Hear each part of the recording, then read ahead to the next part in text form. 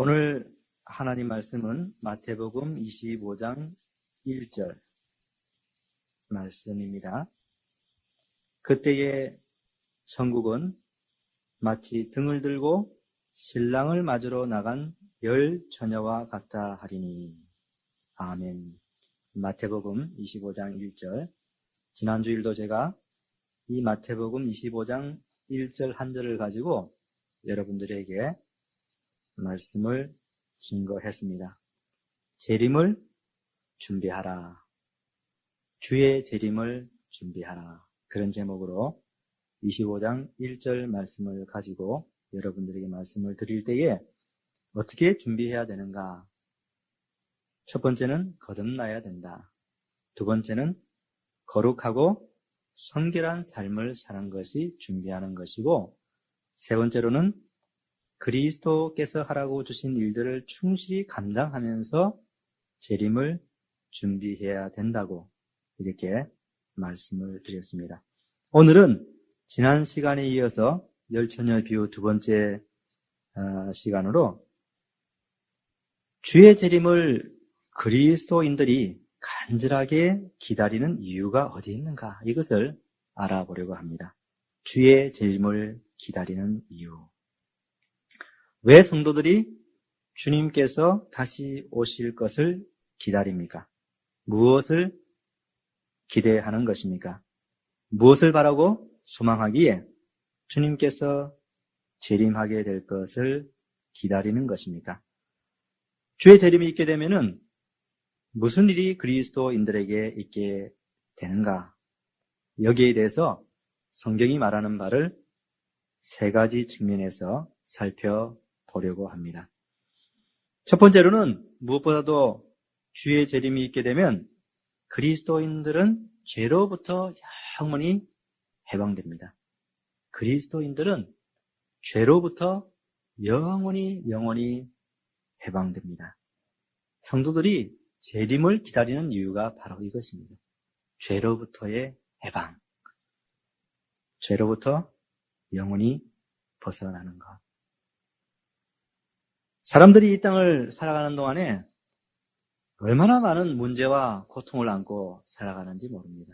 얼마나 많은 문제와 고통을 안고 살아가는지. 그런데 그 모든 고통과 문제가 다 죄로부터 오는 것입니다. 성경이 늘 말하는 바가 바로 그것입니다.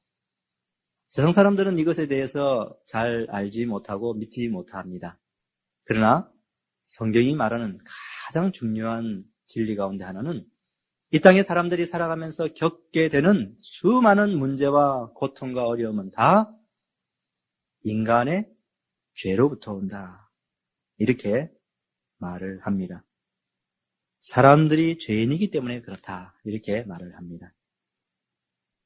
만일 이 땅에 모두 의인만 살고 있다면 이 땅에 고통이 있을 수가 없습니다.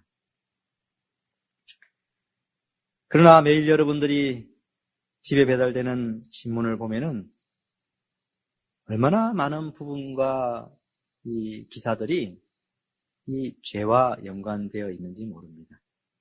여러분들이 잡지책을 들어보면은 얼마나 많은 스캔들이 있는지 몰라요. 여러분들이 세상 사람과 같이 대화를 하다 보면은 얼마나 많은 고통을 안고서 그들이 살아가고 있는지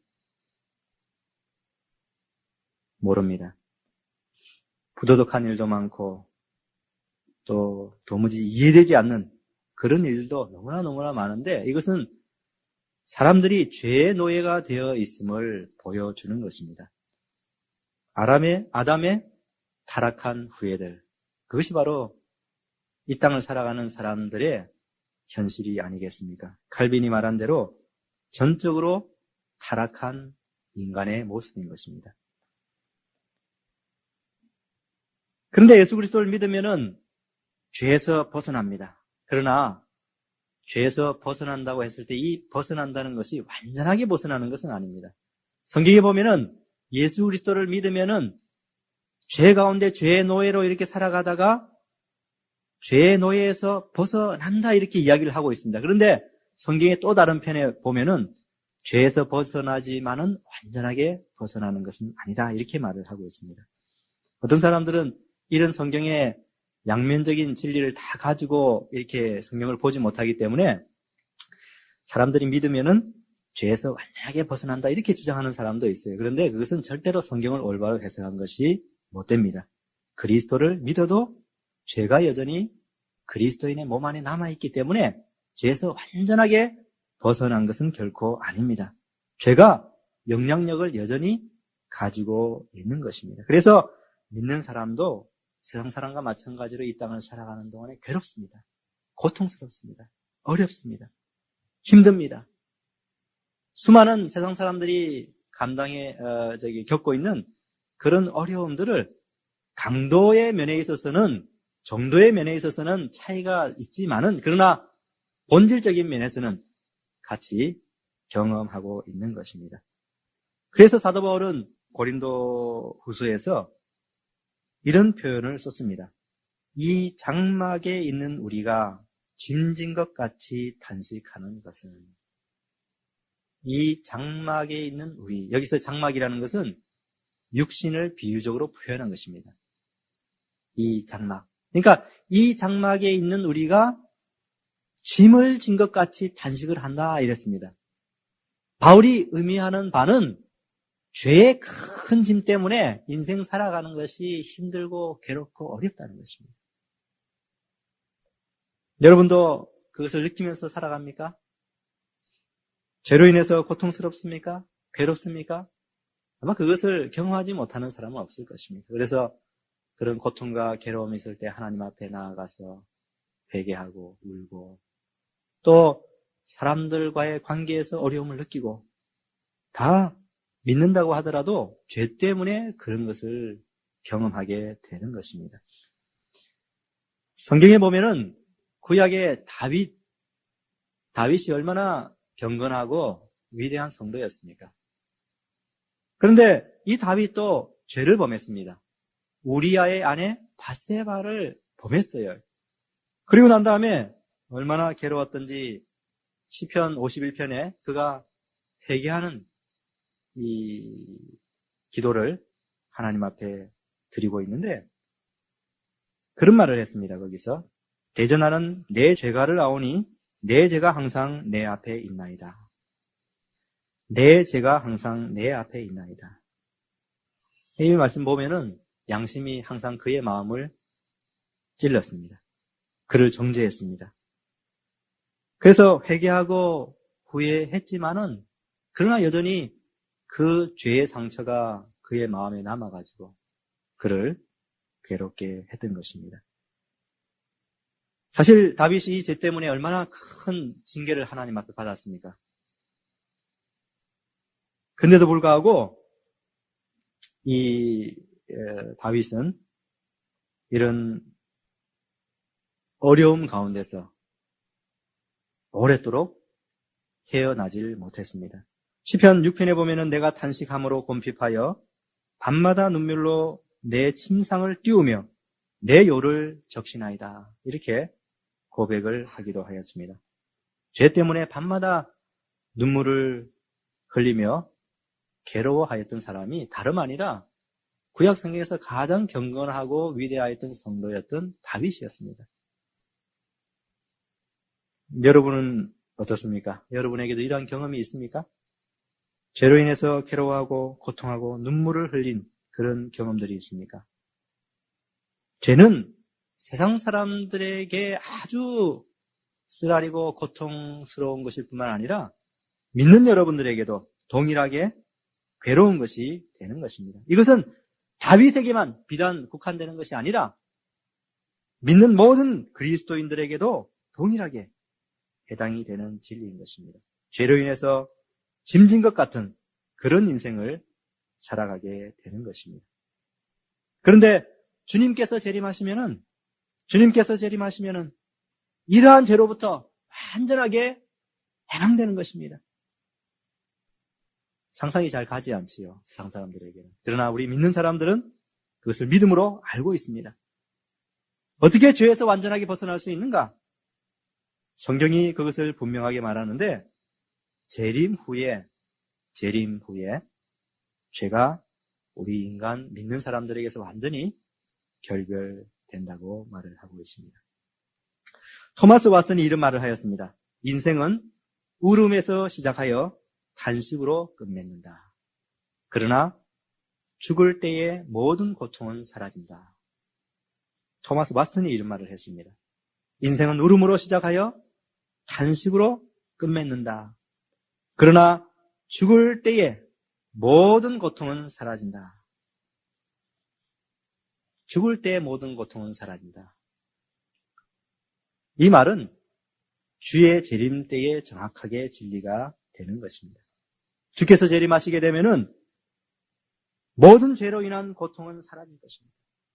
자유인이 될 것입니다. 완전한 자유를 여러분들이 누리게 될 것입니다.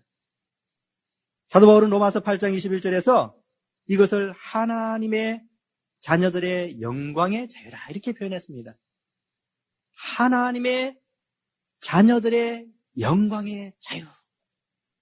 그래서 그 재림의 날이 되면은 이 땅에서 그리스도인들이 겪던 이 어려운 죄로 인한 고통들을 완전히 벗어버리고 자유롭게 된다고 그랬습니다. 해방을 받는다고 그랬습니다. 죄로부터 해방이요, 세상으로부터의 자유요, 슬픔으로부터의 자유요, 고통으로부터의 자유인 것입니다. 얼마나 놀랍고 경이로운 날이 될 것입니까? 재림의 날은 그리스도인들에게. 여러분들이 이 땅에서 많은 죄로 인해서 괴로워하며 고통하며 살아갑니다. 눈물을 흘리고 슬퍼하고 아파하고 또 이 세상에는 죄로 인한 여러 가지 큰 상처들도 많이 우리들 마음속에 있습니다. 그러나 놀라운 것은 주님께서 재림하시면은 이 모든 것에서 벗어나게 된다는 것입니다. 요한계시록에서 친히 말씀하시기를 하나님은 친히 저희와 함께 계셔서 모든 눈물을 그 눈에서 씻기심에 다시 사망이 없고 애통하는 것이나 곡하는 것이나 아픈 것이 다시 있지 아니할 것이다. 이렇게 이야기를 하고 있습니다.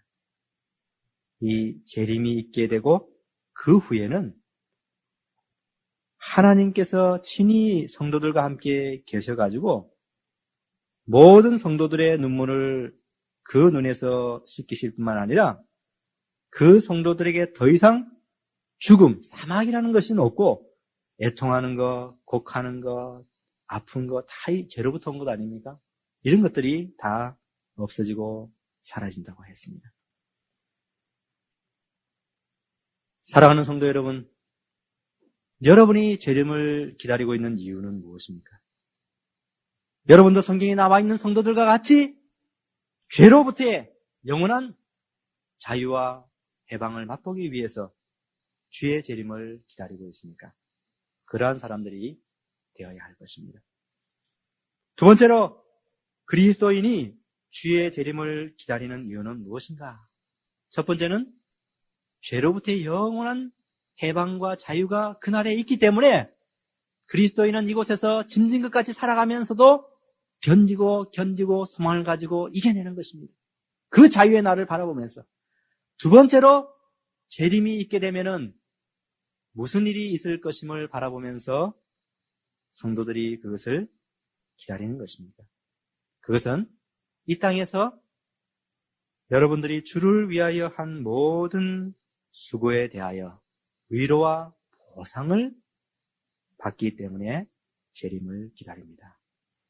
이 땅에서 성도들이 주를 위하여, 그리스도의 나라를 위하여, 교회를 위하여, 복음을 위하여, 선한 일을 위하여 애쓴 그 모든 것에 대한 수고에 대해서 위로와 보상이 영광스러운 주의 재림의 날에 있게 될 것입니다.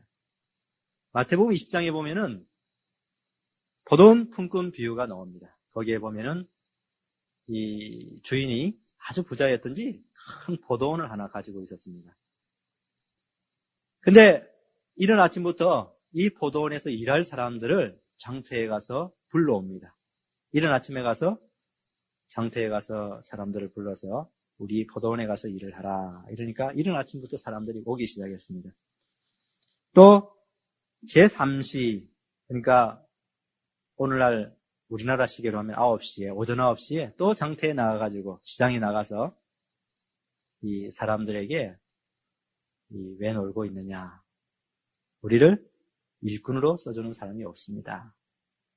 내 포도원에 와서 일하라. 그래가지고 3시에도 또 6시에도 그리고 11시에도 나가가지고 일꾼들을 불러서 자기 포도원에 와서 일을 하라고 했습니다.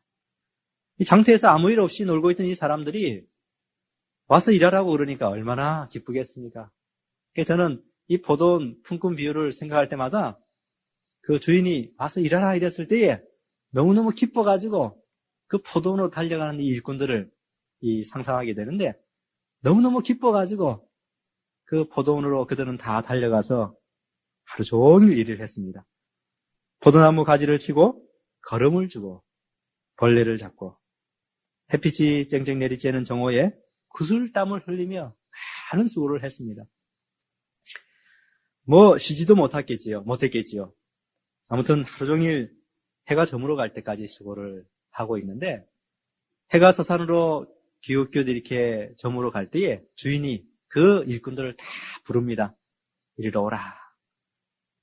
시원한 저녁바람이 불기 시작할 즈음에 주인이 그들을 부르는 것입니다. 왜 부릅니까? 왜 주인이 그들을 부릅니까? 품삯을 주기 위해서입니다. 일꾼들에게 이 시간은 얼마나 기다려지는 시간인지 몰라요. 그들이 낮에 구슬땀을 흘리면서 일을 하는 이유가 그 저녁 때에 서늘한 시원한 바람이 부는 그때에 자기들에게 임금이 주어질 것을 기대하면서 희망을 가지고 일을 하는 것입니다. 그래서 그들이 품삯을 받게 되면은 하루 종일한 모든 수고와 고생이 다 한순간에 다 사라지는 것입니다. 잊혀지는 것입니다. 구슬땀을 흘리며 했던 그 날의 수고가 기쁨으로 한순간에 승화가 되는 것입니다.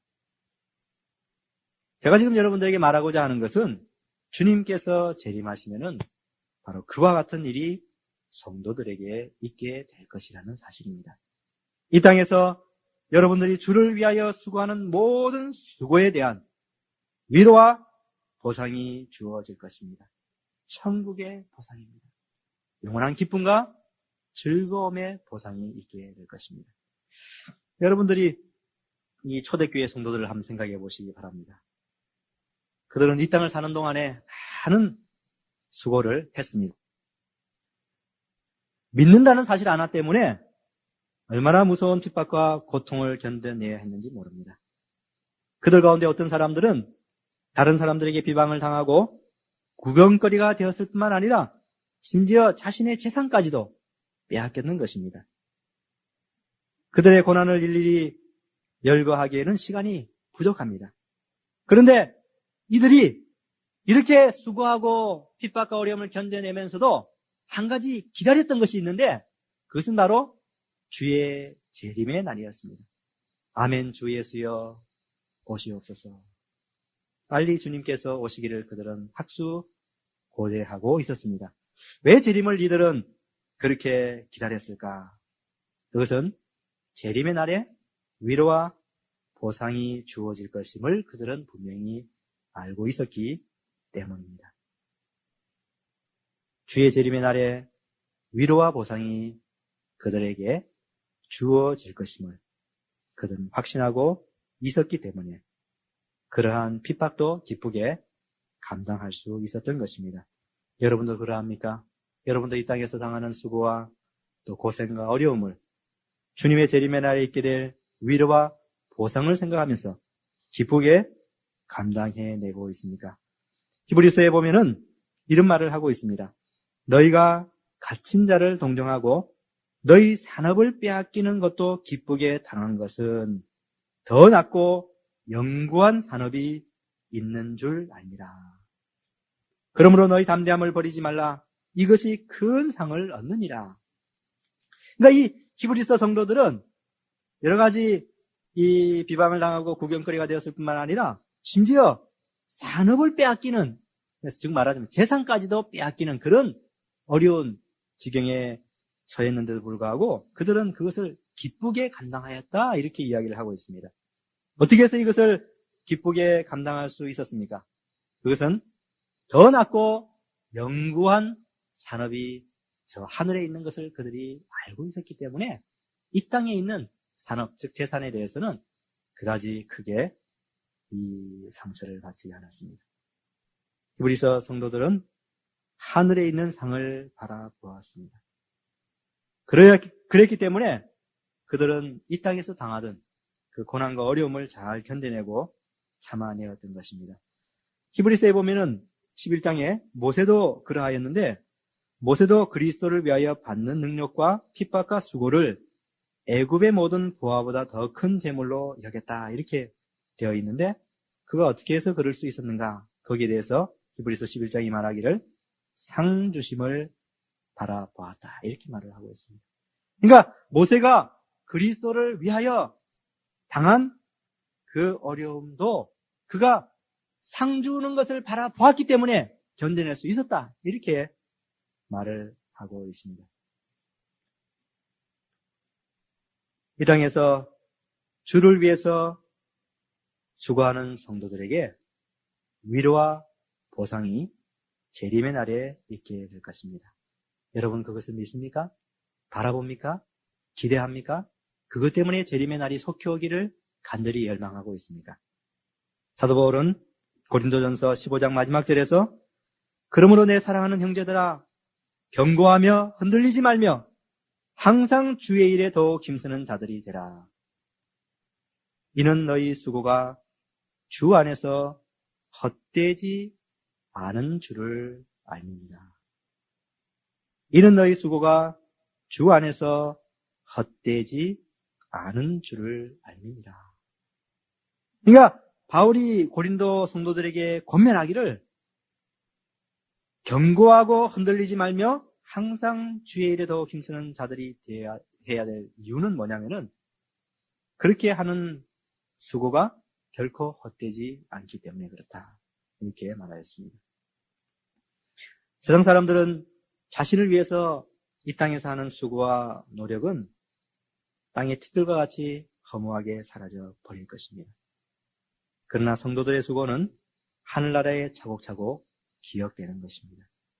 사랑하는 성도 여러분, 여러분들이 주를 위하여 하는 무슨 수고든지 헛되지 않게 됨을 먼저 알고 있어야 될 것입니다.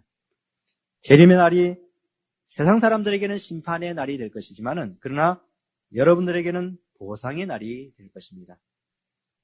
예수님께서 처음 오시는 그 초림에 대해서 이스라엘의 많은 사람들이 그 초림을 열망하고 간구하고 있었는데 그 중에서 시므온이라는 사람이 가장 열렬하게 예수님께서 이 땅에 메시아로 처음 오시는 것을 고대하고 열망했습니다. 그 시므온은 이스라엘의 위로를 기다린 자라 이런 표현이 있습니다. 이스라엘의 위로를 기다린 자라. 그리스도께서 오시는 것이 이스라엘 백성들에게 위로가 되었던 것입니다. 마찬가지로 재림 때에 그리스도께서 이 땅에 다시 오시면은 그것은 모든 성도들에게 큰 위로가 될 것입니다. 그리스도께서는 수고한 모든 성도들에게 풍성한 위로와 보상을 해 주실 것입니다. 그래서 우리들은 그리스도의 재림을 간절히 기다리는 것입니다. 세 번째로 그리스도인이 주의 재림을 기다리는 이유는 재림 이후에 천국에서 주님과 영원토록 함께 있을 것이기 때문에 재림을 기다립니다. 재림을 기다리는 첫 번째 이유는 죄로부터의 완전한 해방과 자유입니다. 두 번째로는 이 땅에서 한 수고에 대해서 우리가 많이 수고하고 노력하더라도 결국은 하나님 앞에서 무익한 존입니다. 이렇게 고백해야 될 존재임에도 불구하고 하나님께서는 우리의 행위를 따라서 하는 것이 아니라 우리의 은혜를 따라서 보상을 해준다고 하니까 얼마나 감사한 일인지 모릅니다. 어쩐지 간에 성경에는 우리의 행위를 따라서 보상을 해주는 것이 아니라 은혜를 따라서 보상을 해주는데 그 보상이 수고한 성도들에게 재림의 날에 있게 될 것이다. 그래서 이 땅에서 수고한 성도들은 그 재림의 날을 열렬하게 기다립니다. 그런데 세 번째 이유가 가장 중요하고 가장 의미 있는 그런 이유가 되는 것입니다. 죄로부터의 해방, 그것도 의미가 있고 아주 중대합니다. 또 위로와 보상을 받는 것, 그것도 아주 너무나 우리들에게 귀한 그런 재림을 기다리는 이유가 됩니다. 그러나 우리가 주의 재림을 기다리는 가장 중대한 이유는 주께서 재림하시게 되면은 마지막 날에 그 재림 이후에 주님과 함께 영원히 함께 천국에서 살 수 있기 때문에 우리가 재림을 기다리는 것입니다.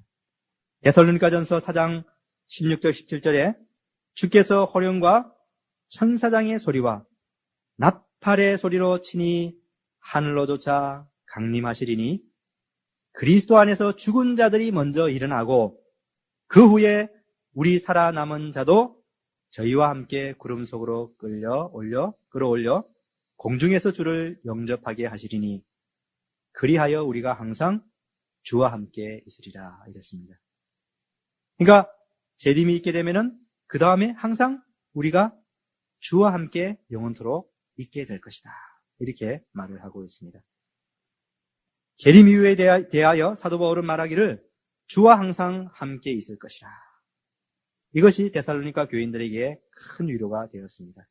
주님과 함께 천국에 있게 될 것이 그들에게 가장 큰 행복과 위로가 되었던 것입니다.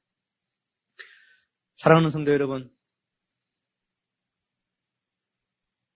천국인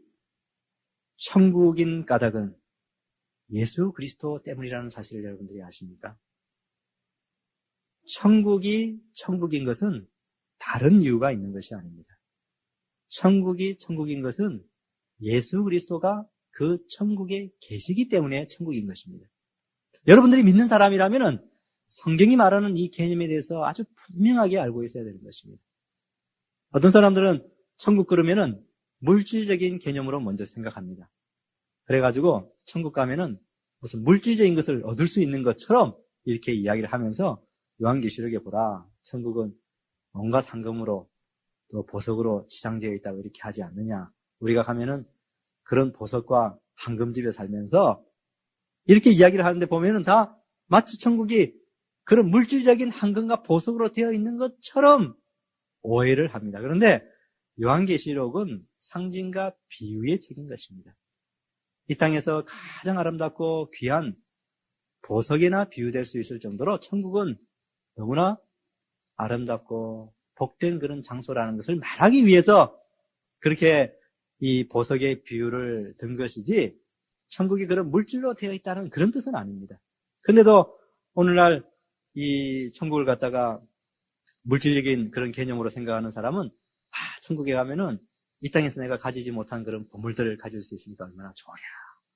천국에 가면은 내가 이 땅에서 먹지 못했던 과일들이나 이것들을 실컷 먹을 수 있으니까 얼마나 좋으랴. 이런 식으로 해가지고 나는 천국에 가기를 원합니다. 이런 식으로 생각하는데 그것은 아주 잘못된 성경의 해석인 것입니다. 천국은 그런 물질적인 개념으로 해석되고 이해될 수 있는 것이 아니라 천국이 천국인 것은 예수 그리스도께서 그곳에 계시기 때문에 천국인 것입니다.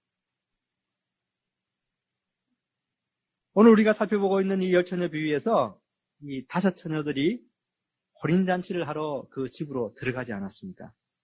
만약 신랑이 거기 없다고 상상해 보십시오. 신랑이 없다면은 신부들이, 이 처녀들이 행복했겠습니까? 자기네들이 들어간 그 집이 아주 궁궐같이 으리으리하고 또 혼인잔치에 차려놓은 음식들이 아주 너무나 다리가 휘어질 정도로 가득하고 또 음악들이 들려오고 무슨 장식들도 그렇게 휘황찬란해도 자기네들이 혼인잔치하러 들어갔는데 거기 신랑이 없다고 한번 상상해 보세요. 이 처녀들에게는 그 장소가 하등의 행복한 장소가 될 수 없는 것입니다.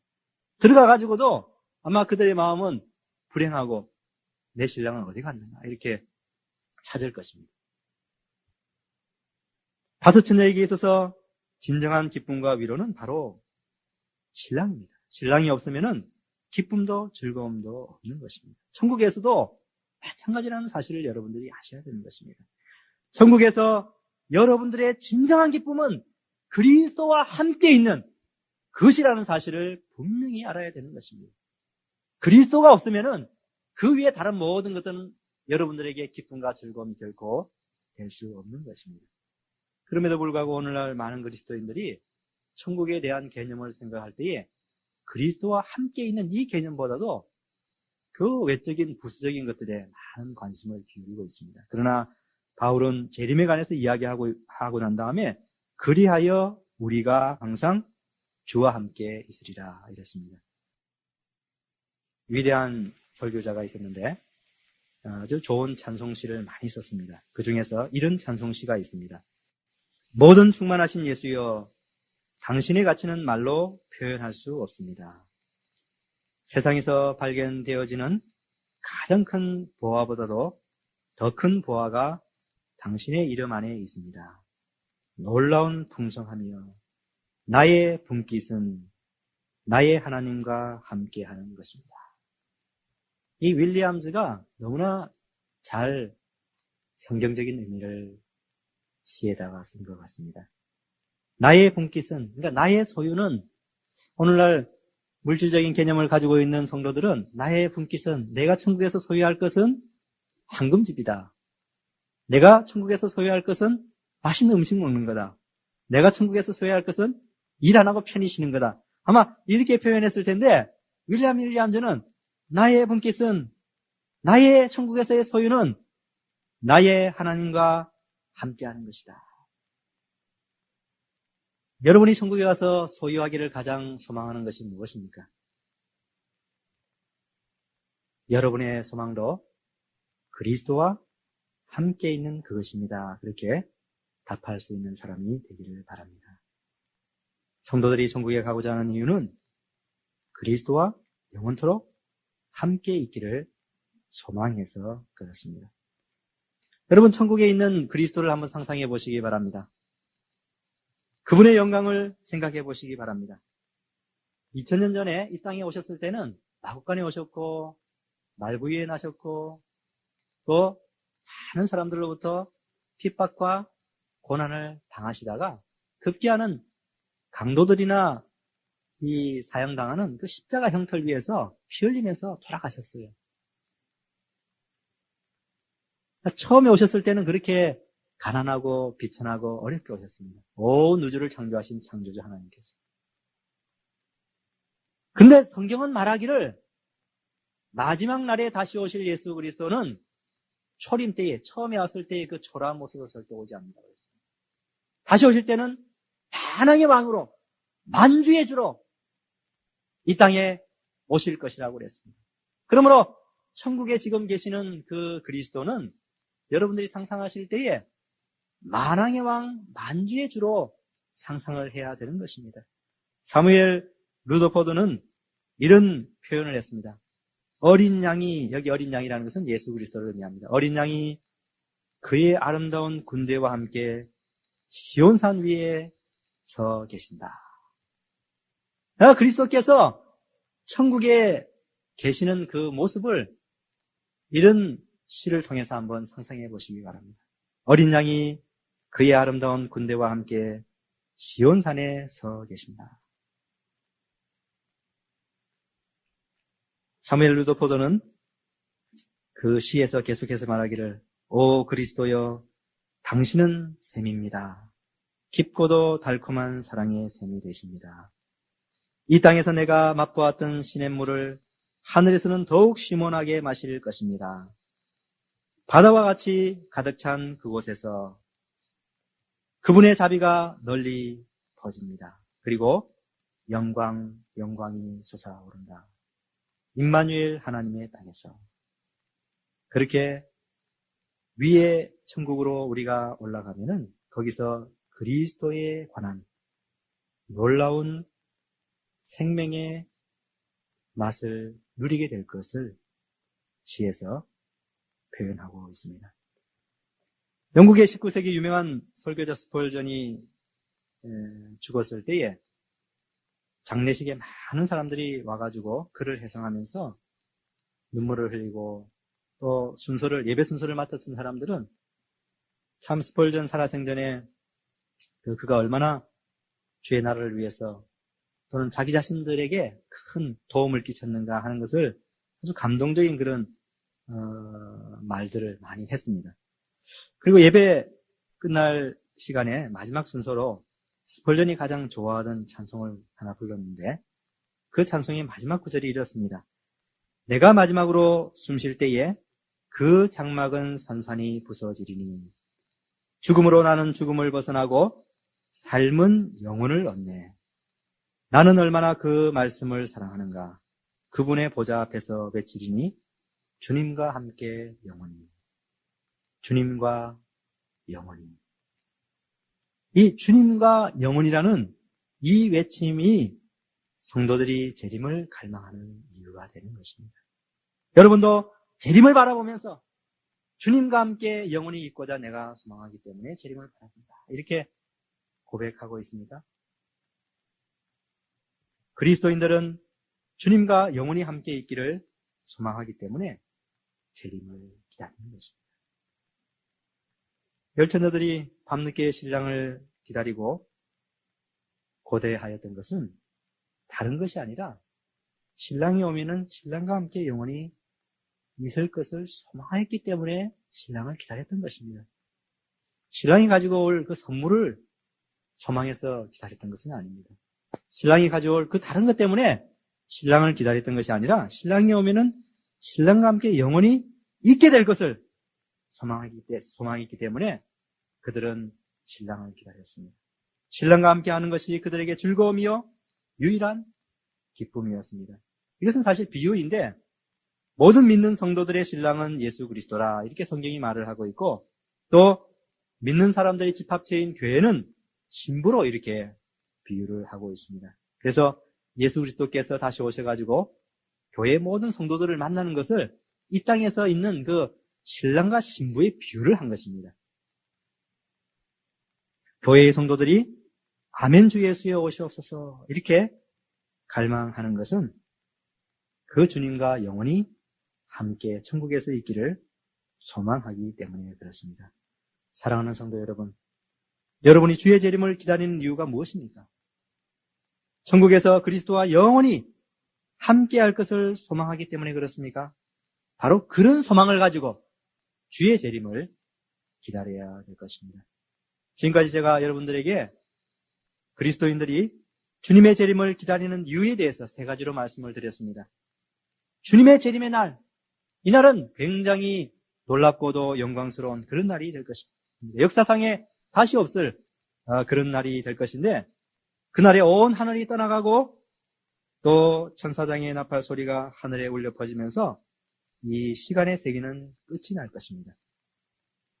그날에 참된 성도들이 간절하게 열망하고 간구하는 것은 죄로부터의 영원한 결별이고 또 이 땅에서 주를 위해서 눈물을 흘리고 아픔을 겪었던 그 모든 것에 대한 놀라운 위로와 보상일 뿐만 아니라 또 주님께서 재림하게 되면은 영원토록 주님과 함께 천국에 있게 될 것을 기쁨으로 바라보기 때문에 주의 날을 바라보고 또 기다리는 것입니다. 여러분들은 어떻습니까? 여러분들도 주님의 재림을 기다리는 그런 성도입니까? 주님을 바라보고 있습니까? 소망하고 있습니까? 여러분의 이 땅에서의 죄로부터 영원히 해방될 그날을 생각하면서 주님의 재림을 고대하고 있습니까? 또 여러분들이 이 땅에서 여러 가지 고난과 어려움을 당하면서 주를 위해서 수고하지만은 그러나 마지막 날에 주님께서 그 모든 것에 대해서 위로해 주실 것이 분명하기 때문에 주의 재림을 기다리고 있습니까? 또 여러분들은 이곳에서도 영적으로 이 마음속에서 그리스도와 말씀으로 교제하면서 살아가고 있지만 그러나 천국에서 영원토록 주님과 함께 누릴 그 즐거움과 기쁨을 생각하면서 주의 재림을 기다리고 있습니까? 열 처녀들이 신랑을 기다렸듯이 여러분들도 주의 재림의 날을 그러한 소망과 희망을 가지고 기다리시게 되기를 간절히 바랍니다.